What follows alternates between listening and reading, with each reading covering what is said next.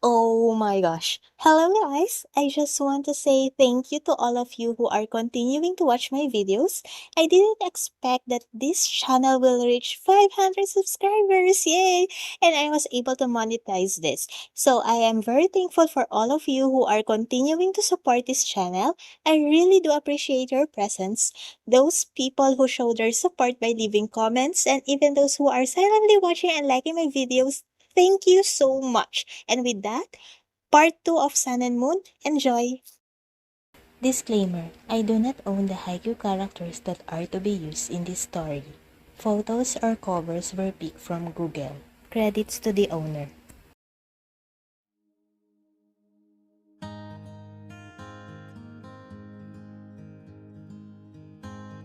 Hinata tried to be calm. He held onto the table tightly to maintain his balance. The pain was unbearable. He needs to call someone for help. As he grabbed his phone, he fell to the ground. Gasping for air, he long pressed the number 1 for speed dialing. Kageyama was strolling in the nearby park from his house. When he reached home, he had this uneasy feeling. Like something wasn't right. So, he chose to stroll for a little bit to divert this uneasiness. His trail of thoughts was cut when his phone started to vibrate in his pocket, indicating that someone was calling him. He took it out and found out that Shōyō was calling him.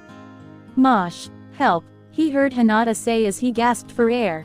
Fear spread from Kageyama upon hearing his best friend's painful cry. Hinata, where are you? He panically said. Home. Okay, I'll be there, just calm down and try to breathe. Kageyama was at a loss. He hasn't been to Hinata's house ever since.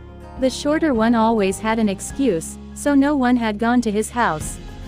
Thank goodness, I at least installed a tracking app on his phone, he thought. Hey, Hinata, still there? Make sure your location is turned on, okay. He then put the call on speaker as he switched applications and started connecting to Hinata's location. I thought he lived in the mountains. How come he is 2 streets away from here? Kageyama ran towards the location. When he was at the front house, he read, Tsukishima, Shōyō. He didn't receive a response. It was all quiet on the other end of the line. Panic roused in him, and without knocking, he came inside the house. Why wasn't it locked? Hinata, he shouts as he enters the vicinity. No one answers. He looked again at his phone to check if he was at the right location. He went upstairs and saw that the door of the first room was ajar. He took a peek inside and saw a mob of orange hair. He completely opened the door and found Hinata lying on the floor, unconscious. Hinata. He runs towards Shōyō's unconscious body. Hinata. Hey, wake up. He taps Shōyō's cheek to get some response. That's when he notices how pale his friend has become. And the small bloodstain in Shōyō's chest. Shōyō didn't respond even with the constant shouts, tapping, and shaking from Kageyama. And so, Kageyama called the emergency hotline. Shōyō regained his consciousness and instantly noticed that he wasn't in his room. He slowly sits, feeling tired and sore. You are finally awake, someone spoke to him. He looked at the person and asked, where am I? In the hospital. You pass out due to your soulmate bond. I'm your attending physician, Shirabu Kenji. I'm a specialist when it comes to soulmate marks and soulmate bonds, the person said. What time is it? Hinata asked. Past midnight, the doctor said. How long I've been here? Almost 4 hours. Your friend, Kageyama, was the one who called for help. He also tried to contact your soulmate, but they didn't answer. Shōyō suddenly looked at the doctor. He did what? He tried to call your soulmate. I asked him. Shōyō cut him out. Can you give me a discharge slip like right now? I'll also sign a waiver or whatever it calls that it will not be your fault if something happens to me. I just need to return home now. I can't do that. You still need to recover. The soulmate bond is not a joke that you can take it lightly. Especially in your case, Hinata-kun, the doctor explained. Please, give me a discharge form. Hinata-kun, he doesn't need to know, okay. And if Kageyama tried to contact him, he'll just give me the discharge form. Panic was already evident to Shōyō, and the doctor became alarmed. After all, it would not be good for Shōyō's current health to have a panic attack. Okay, Hinata-kun. Calm down. I'll give you a discharge form right now, but on one condition, the doctor said. Hinata looked desperately at the doctor. You'll be having a consultation with me regularly. I'll set a schedule for you. Will that be fine? Shōyō hesitated for a moment. But as he looked at the doctor's eyes, which were quite pleading for him to agree, he nodded. After all, the doctor knows well about his current condition. Great, I'll prepare the papers now. Take some rest here while waiting, okay? Dr. Shirabu said as he left the room. When Shōyō returned home, it was already 4 in the morning. When he entered the living room, he was baffled to see Kei sitting on the couch with an angry look. Where have you been? I'm hanging out with Kageyama and haven't noticed the time. He was about to go upstairs to his room when Kei stood up and grabbed him tightly by his wrist. Why are you hanging out that long, huh? Shōyō stared blankly at Kei. Thousands of thoughts ran in his head. Kei stared back at him. That's when he took notice of the expressionless eyes that the orange-haired boy had in his paler complexion. Why would you want to know? It is none of your business, remember? He said as he looked at Kei's hand. Let go of me. Kei was startled by Shōyō's tone. He just said those words flatly, with no anger or hatred. Are you okay? He asked as he slowly let go. Just tired. I'm heading to bed, Shōyō said. When Shōyō reached his room, he silently closed the door and slid down to the floor. When Kei held him, the pain he felt increased. He didn't know how he managed to hold back his tears until he reached his room. He won't love you. How pathetic. 199 days. You can do this, Shōyō. For him. Shōyō walked towards the park 2 streets away from their house. Kageyama was already there, waiting for him. After the incident, Kageyama insists on meeting at the park instead of meeting him at the school entrance. He greeted Kageyama with a faked smile. Ohio, Tobio, have you slept? Kageyama asked. Yeah, how long? Kageyama asked as they started walking.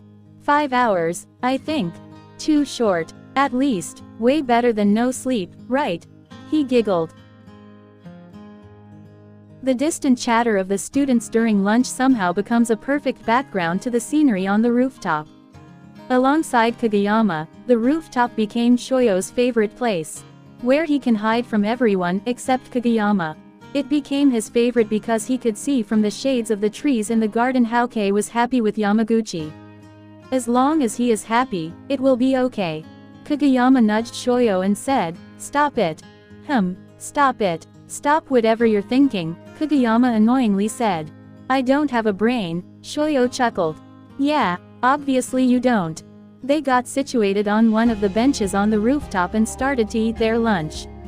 There was silence between them, which was unusual for the duo.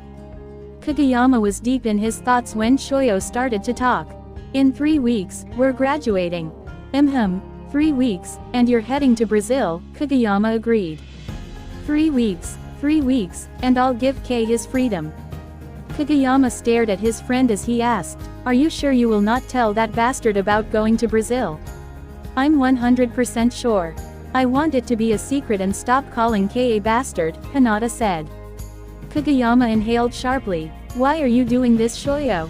What this? Hinata confusingly asked as he took a bite of his lunch. This. Keeping yourself hurt. Bottling up. Shōyō faintly smiled. Already done with his bento, he set it aside and laid it on Kageyama's lap. Hey, I'm still eating. Don't care. Tisk. Kageyama continues to eat while Shōyō stares at him, or more likely at the former soulmate mark. Kageyama's mark was located around the neck and jawline area. It is an outline of a clover leaf. Shōyō absent-mindedly traced the said mark, which Kageyama was jolted. Hey, you do know I'm ticklish there. Shōyō smiled at his best friend, still staring at his soulmate mark. How I wish I was also one of your soulmates, Toby. Kageyama stared at Shōyō. The sadness that enveloped the latter's eyes was prominent with his silent tears. He had never seen the happiness in his best friend's eyes since 2 years ago. Even when he is in court, everything starts to fade. Shōyō, I'm getting tired, Shōyō said as he sat up. Sho, you know you can stop this bullshit, right? So you won't be tired or hurt. You deserve to be happy too, Shōyō. Not just that bastard beanpole. You don't deserve to suffer and bear all the consequences of the bond, Kageyama said. Shōyō sits silent as he listens to his best friend, remembering how Kei was happily enjoying his life with Yamaguchi while he suffered the consequences. Yeah, you're right, he loosened a bit, just a tiny bit. He tried to resent Kei. But he can't, and you know what? If it was allowed, Toru and Hajime would adopt you.